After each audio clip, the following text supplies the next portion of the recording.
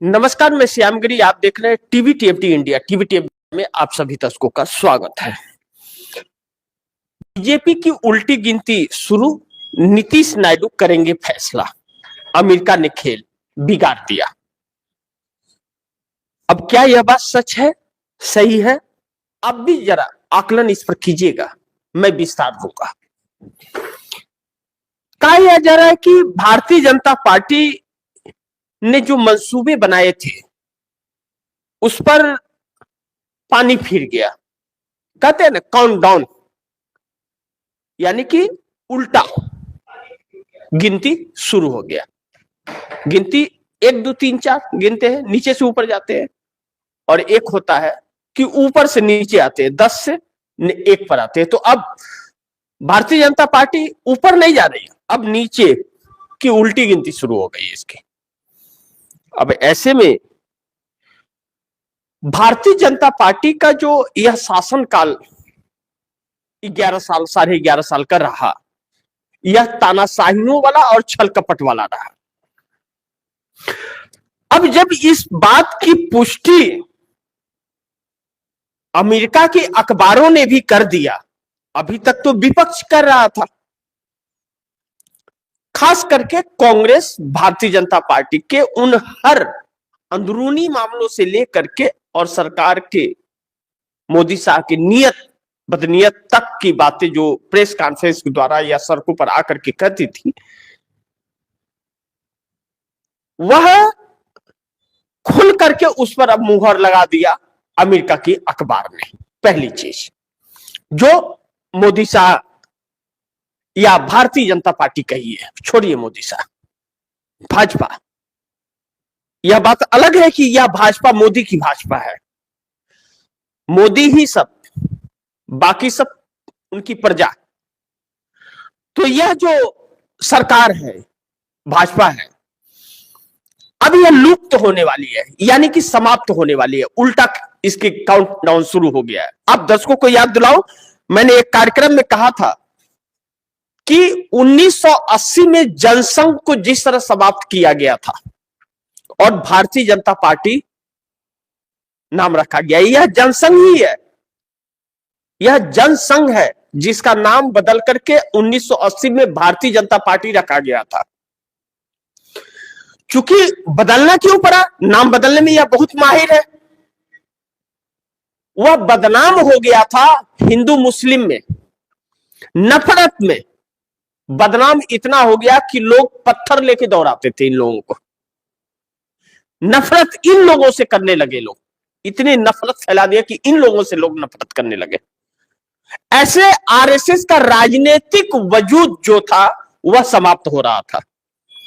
तो राजनीतिक वजूद समाप्त हो रहा था, तो आरएसएस के प्रमुख उस वक्त के, उन्होंने अटल बिहारी वाजपेयी और लाल कृष्ण आडवाणी को सौंपी, मुरली मनोहर जोशी जैसे लोगों को सौंपी, और जनसंघ के नाम को बदल करके भारतीय जनता पार्टी नाम रख दिया गया। उस वक्त 2 लोग चुनाव जीत करके आए थे, लाल कृष्ण आडवाणी और अटल बिहारी वाजपेयी। तो 2 लोगों की पार्टी कही जाने लगी थी। तो फिर धीरे धीरे धीरे धीरे अटल बिहारी वाजपेयी सत्ता के नजदीक पहुंचे। लेकिन उस पार्टी, अटल बिहारी वाजपेयी के वक्त तक, चूंकि आरएसएस का पूरा कब्जा भारतीय जनता पार्टी पे नहीं था, लेकिन पैठ जरूर था। और जब सत्ता में आए तो सत्ता वह लोकतांत्रिक तरीके से अटल बिहारी वाजपेयी चलाए, तानाशाह के तरह नहीं और आरएसएस के मर्जी से नहीं। लेकिन नरेंद्र मोदी ने सारा खेल उल्टा कर दिया और खुद उल्टा लटक गए। नरेंद्र मोदी ने सिर्फ झूठ और पाखंड पर देश को ले जाकर के खड़ा कर दिया, झूठ और पाखंड पर ले जाकर के देश को खड़ा कर दिया, और एक ऐसे मोड़ पर ला दिया देश को कि जो उस वक्त जनसंघ नहीं कर पाया, उससे ज्यादा नफरत देश में फैला दिया और इस देश के लोकतंत्र को ही जड़ से खोदने का शुरुआत कर दिया। हिंदू और मुस्लिम के नफरत को इतना फैला दिया। अब ऐसे में नीतीश और नायडू जो है, नीतीश नायडू जब अमेरिका की खबर आ जाती है, अमेरिका की खबर आने के बाद नीतीश नायडू का जो माथा ठनक रहा है, अब उनके लिए चुनौती उन लोगों को राज्यों में, तो नीतीश कुमार तो छोड़ दीजिए, चंद्रबाबू नायडू की राजनीति अभी करनी है, उनके बेटी के भविष्य को बनाना है। नीतीश कुमार के बेटे हैं नहीं, ऐसे में चंद्रबाबू नायडू की चुप्पी नरेंद्र मोदी को बार बार परेशान कर रही है और चंद्रबाबू नायडू कुछ बहुत बड़ा प्लान नरेंद्र मोदी के खिलाफ कर रहे हैं, यानी कि नरेंद्र मोदी के इन सभी तथ्यों से वह खुश नहीं है। ऐसे में चंद्रबाबू नायडू के जाल में मोदी और शाह तो बुरी तरह से जकड़े और फंसे हुए हैं, क्योंकि चंद्रबाबू नायडू ने जो वार्निंग दी है, इनको डेडलाइन जो कहते हैं दी है, 1 फरवरी का डेडलाइन है। उस वक्त तक अगर उनकी डिमांड को पूरी नहीं किया, क्योंकि वह जानते हैं कि जब यह स्वार्थ पे ही सब हो रहा है और हमारे पास कोई विकल्प बच नहीं रहा है कि हम कहीं और जाएं, क्योंकि कोई और तैयार नहीं है अगर, तो हम इनको ऐसे चक्कर में डालें कि यह तैयार हो जाए हमारी डिमांड पूरा करने के लिए। लेकिन मोदी के साथ रहना ही चंद्रबाबू नायडू के लिए घातक हो गया, क्योंकि आंध्रा के अंदर एक आक्रोश उत्पन्न हो रहा है इन लोगों को लेकर के। क्यों? कि अमेरिकी अखबार ने जो आरएसएस और मोदी को लेकर के छापा है, उससे अछूता आंध्र प्रदेश भी नहीं रह जाएगा और ना बिहार रह जाएगा। बिहार में वैसे भी आरएसएस अपनी बहुत पैठ बना रखा है, लेकिन आंध्रा में नहीं पहुंच पाया है और मोदी के जरिए और चंद्रबाबू नायडू के जरिए आरएसएस वहां भी अपना पैठ बनाने का प्रयास कर रहा है। कर्नाटक में तो है आरएसएस वाले, आंध्रा में बहुत कम है, तेलंगाना में भी बहुत कम है। अब तेलंगाना में कांग्रेस की सरकार है और आंध्रा में चंद्रबाबू नायडू की। अब चंद्रबाबू नायडू के जरिए पैठ बना नहीं पा रही है, लेकिन पैठ बनाने का भरपूर प्रयास कर रही है। ऐसे में चंद्रबाबू नायडू अब नीतीश कुमार के साथ मिलकर के जो खेल खेल रहे हैं, मोदी साहब बुरी तरह से उलझ गए हैं। अब एक तरफ नरेंद्र मोदी के हर चेहरे अब उजागर हो गए हैं, यहां तक कि चाइना ने भी अब तो ऑपरेशन सिंदूर पर सवाल खड़े कर दिए हैं कि उस मध्यस्थता में वह भी था। अब तो यह सरकार बताए कि सीज फायर क्यों हुआ और यह चाइना और अमेरिका का इंटरफेयर क्यों हुआ।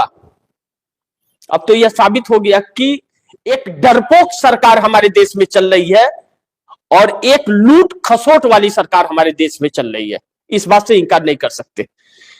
अब ऐसे में भारतीय जनता पार्टी का जो बचा खुचा अस्तित्व था वह भी समाप्त हो रहा है। अमेरिका ने इनको कहीं का नहीं छोड़ा और आने वाले वक्त में अभी मोदी को लेकर के क्या क्या तस्वीरें आएंगी, क्या क्या खबरें आएंगी, वह तो देखना बड़ी महत्वपूर्ण होगा ही। लेकिन नीतीश कुमार ने तो मोदी का खेल और भी बिगाड़ दिया। नीतीश कुमार बिहार के अंदर अब जा रहे हैं कैबिनेट विस्तार करने। जो चिराग पासवान नरेंद्र मोदी के हनुमान कहे जा रहे थे, वह भी कहा जा रहा है कि नीतीश कुमार के साथ आ गए।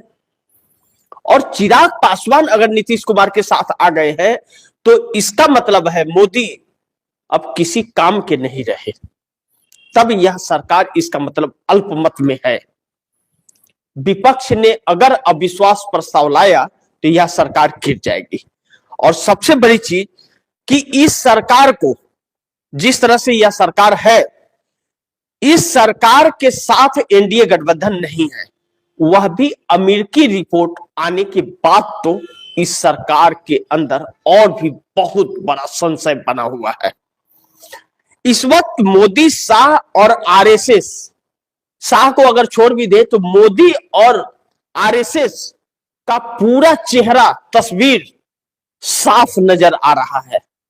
योगी आदित्यनाथ तो आरएसएस के नहीं है, वह गोरखनाथ पीठ के हैं, ठाकुर समाज के हैं, वहां तक तो बात अलग है। योगी आदित्यनाथ लोकतंत्र को खत्म नहीं कर सकते, उनका वह नहीं है कि लोकतंत्र को खत्म करने वाला। हाँ, थोड़ी तानाशाही वाली अपना चलाने वाला रवैया है, लेकिन आरएसएस और मोदी तो लोकतंत्र की जड़ को खोद रहे हैं। अब ऐसे में नीतीश और नायडू